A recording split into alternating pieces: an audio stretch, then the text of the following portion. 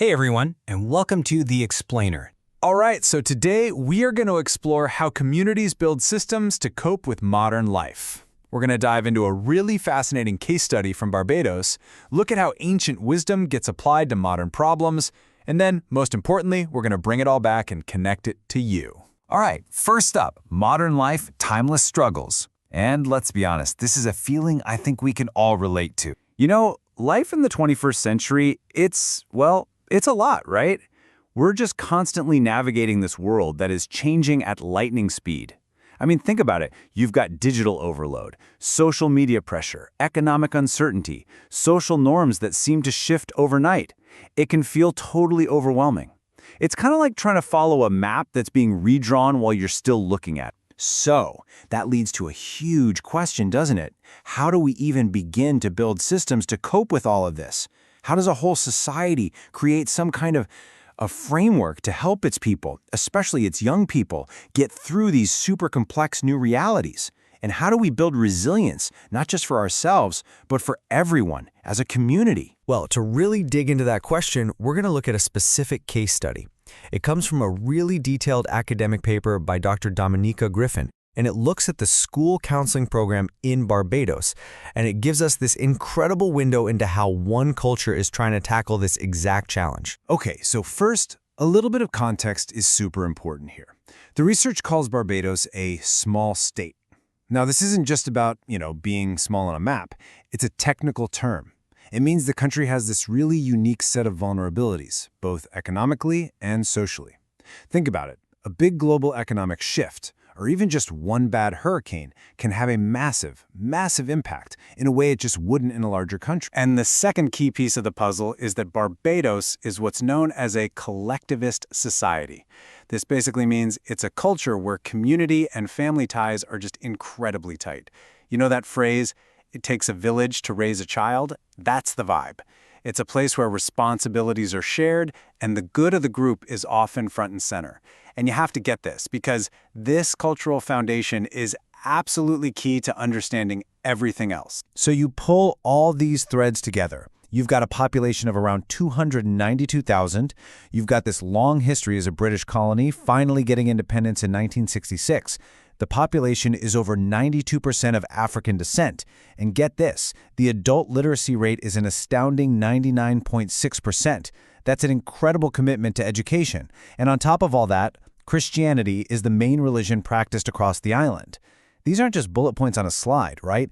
They're the ingredients that make up the country's unique social DNA. Okay, so let's look at how that DNA expresses itself in a really interesting way. We're going to zoom in on how one of those ingredients we just mentioned, religion, is woven formally right into the public school system. Yeah. Check out this quote from the study. Christian values are viewed as the ideal values and morals that individuals should align with in order to live right. That says it all, really.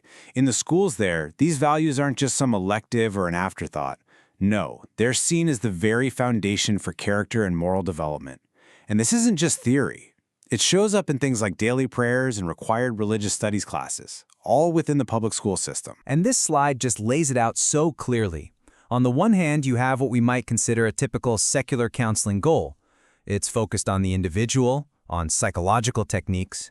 But then look at the Barbadian context. The study found that school counseling there is this blend of helping with personal stuff, social issues, career guidance, academic support, all of it tied into a life skills class.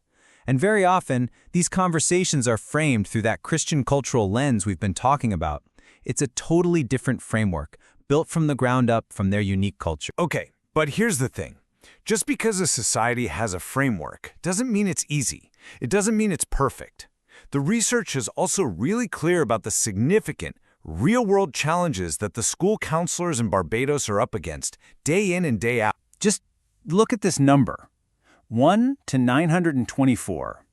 That is the average student-to-counselor ratio in their secondary schools. To give you some perspective, the recommended ratio here in the U.S. is 1 to 250.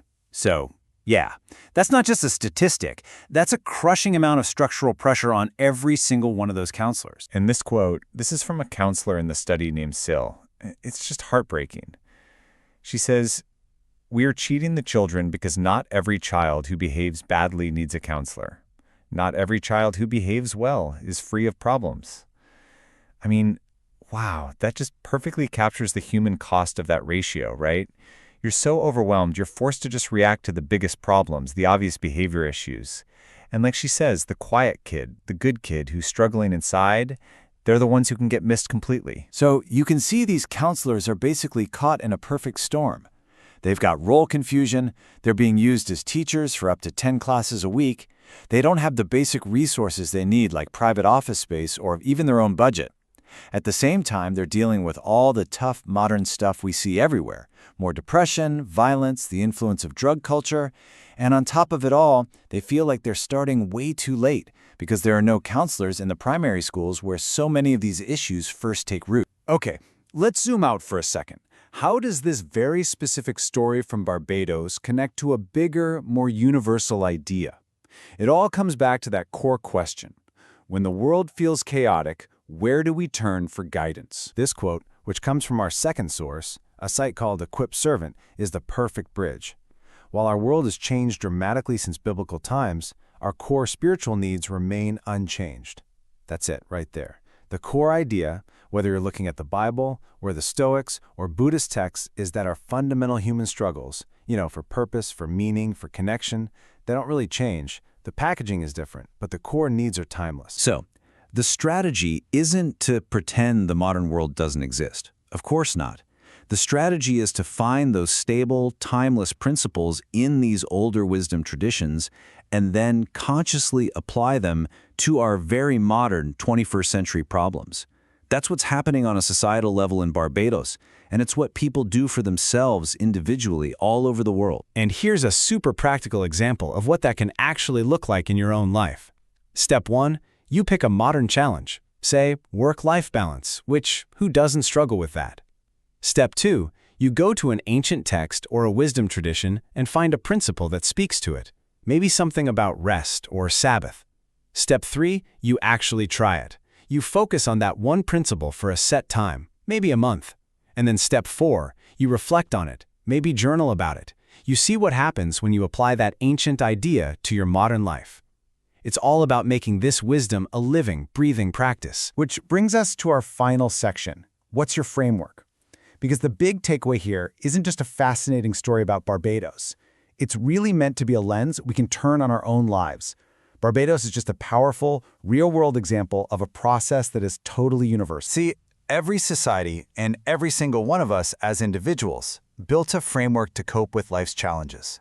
We pull from our culture, our history, our beliefs. Whether you're conscious of it or not, you have one. It's like your personal operating system for dealing with the world, for making sense of all the complexity. And so that really brings us to the final question, the one this has all been building toward. And this one's for you. Seriously, take a second and think about it. What frameworks, cultural, spiritual, personal, do you rely on to get through modern life? What are the principles, the traditions, the philosophies, the beliefs that you lean on when things get tough? What's the bedrock of your own coping framework? So, what does your framework look like? We would genuinely love to hear your thoughts in the comments. What are those things, cultural, personal, philosophical, that help you navigate the world today?